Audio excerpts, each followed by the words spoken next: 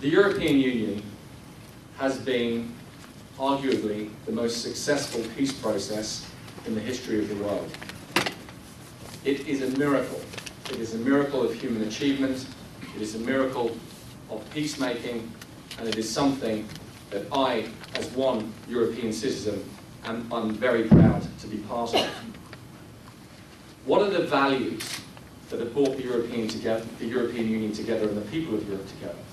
What are the things that we hold most precious? Pat talked about the Berlin Wall having come down. I think that was a very significant moment in European history, and it was the call of democracy that sounded in the shipyards of Gdansk and across Europe that brought that Berlin Wall down. The ideals, the inspiration of democracy and accountability and transparency in governance. Democracy.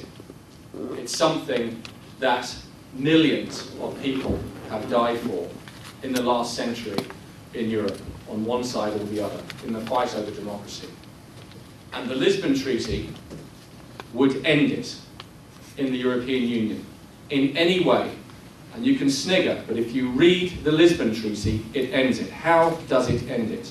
Because it copper fastens the fact that almost 80% of law in this country is now initiated in Brussels by people who never have to ask you for a vote. They never have to stand up here like Pat and I do this evening and justify their decision-making to you.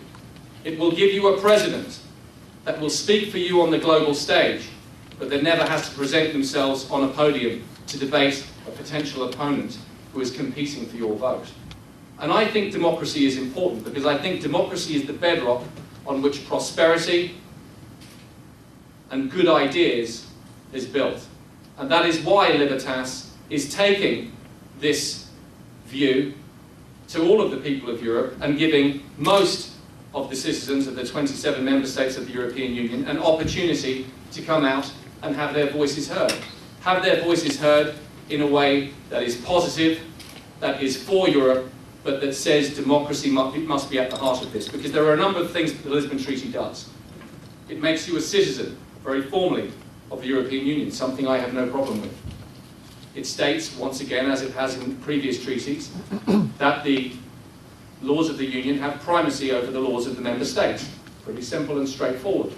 It makes you a citizen, it makes it law supreme. It gives you a president that you never get to vote for or against.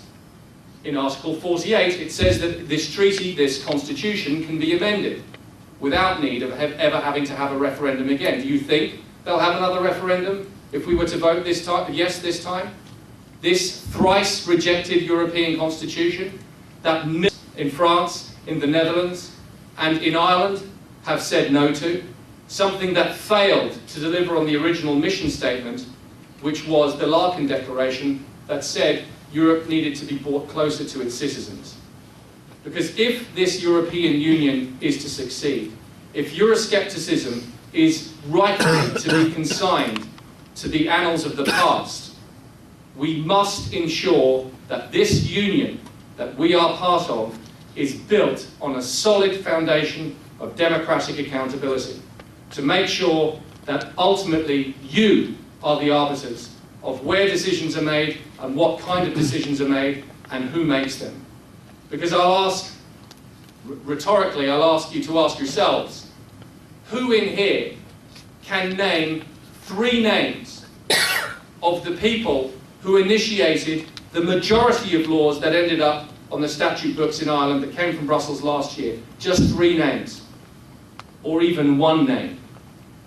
Because leading political journalists in Berlin and Paris were unable to do that in the last few weeks when I asked them. And when you cannot answer that question, you have to ask yourself where this democracy that we believe in is going. And furthermore, within that Lisbon Treaty that was started, the European Constitution to be formulated in the late 1990s, it would lock in the failed policies of the past. It is the very last thing that we need, not just for Ireland, but for all of Europe. And this view is shared by European citizens everywhere. I have travelled the 27 member states of the European Union. I sincerely believe that the view, the concern for democracy, the need to make sure that the Lisbon Treaty is dead, that concern is prevalent and is the majority view amongst citizens everywhere in Europe, which is why none of them are being asked to have a vote on it. If this thing was put to referendum in Portugal or in the UK, as their Prime Ministers had promised, it would have been defeated. We are not alone. The Czech government was collapsed just 2 weeks ago. The main reason for the Czech government being brought down by the two men that collapsed it was the Lisbon Treaty and its anti-democratic formula. And those two men are now amongst the leaders of the Libertas Party in the Czech Republic. Don't be afraid, do not be bullied, do not be scared, make a stand like we did the last time, say no, not just for Ireland, but for all of the people of Europe, and let's make sure that we get a Europe and a fundamental treaty that's no more than 25 pages, that everybody gets to vote for, and that says, yes, we believe in Europe, but we believe in a Europe for the people. Thank you.